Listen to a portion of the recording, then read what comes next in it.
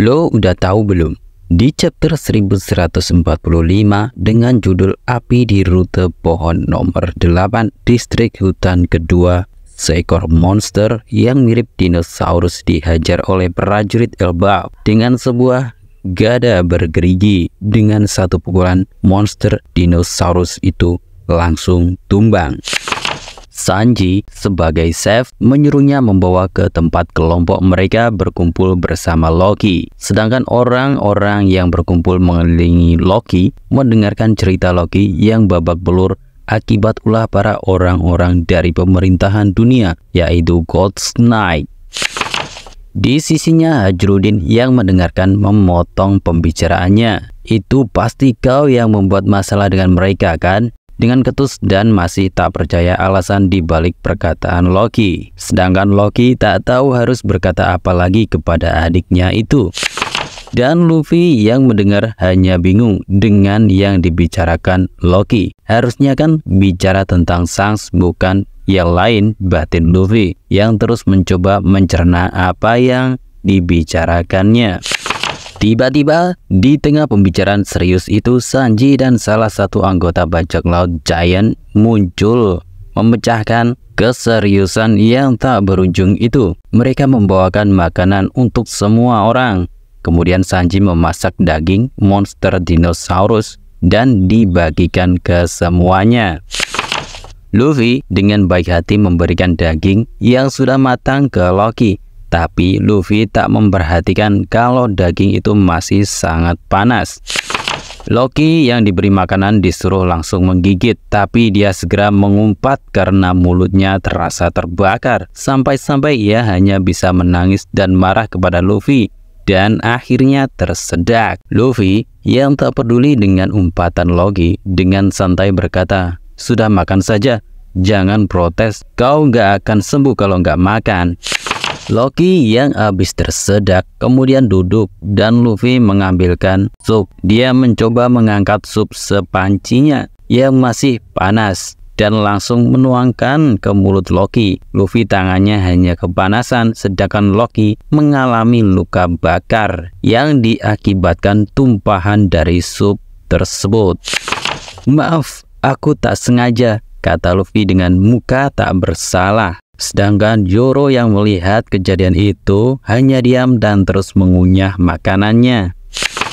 Lalu dia bertanya tentang Akagamino Shanks. "Jadi, janjimu kepada Luffy itu bohong?" Zoro berkata, "Bukannya bohong, kan perjanjiannya melepaskan seluruh rantai. Sedangkan kakiku masih terikat rantai. Kau lihat kan?" kata Loki. Lalu Loki menceritakan tentang masa lalunya yang juga punya seseorang kenalan bajak laut sambil menyantap makanannya. Begitupun Luffy yang diam mendengarkan cerita Loki sambil terus ngunyah. Sedangkan di distrik hutan kanan, pertarungan antara kelompok Dory dan Brogy yang ditemani oleh Yasang sang pelahap gunung mengalahkan semua monster yang terbuat dari mimpi anak-anak atau yang terbuat dari imajinasi anak-anak.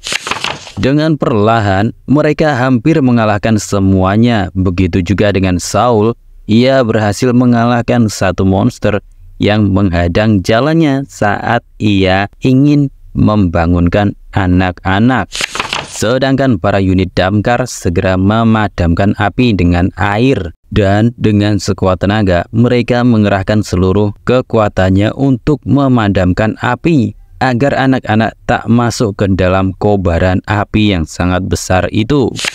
Tetapi apalah daya, air yang disemprotkan oleh petugas damkar tak kunjung bisa memadamkan api yang berkobar-kobar di distrik hutan kanan. Gungko yang menyaksikannya sangat gembira melihat api akan segera memakan anak-anak yang berjalan menuju api yang sedang tertidur. Sejengkal lagi mereka akan masuk ke dalam api yang membara. Kepanikan segera melanda seluruh orang-orang yang berada di sana yang menyaksikan semuanya. Namun di detik-detik terakhir, tiba-tiba dari atas muncul air bah yang besar yang langsung diarahkan ke api tersebut. sehingga memadamkan api itu. Semua orang terkejut, begitu pula dengan Gunko.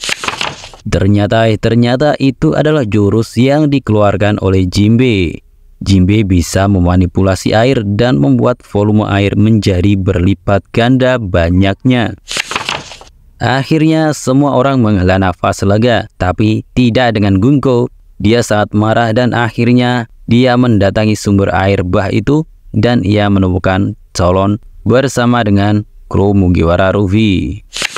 Cholon sangat terkejut dan begitu pula dengan kelompok Jinbe dikarenakan Gunko tiba-tiba muncul di depan mereka.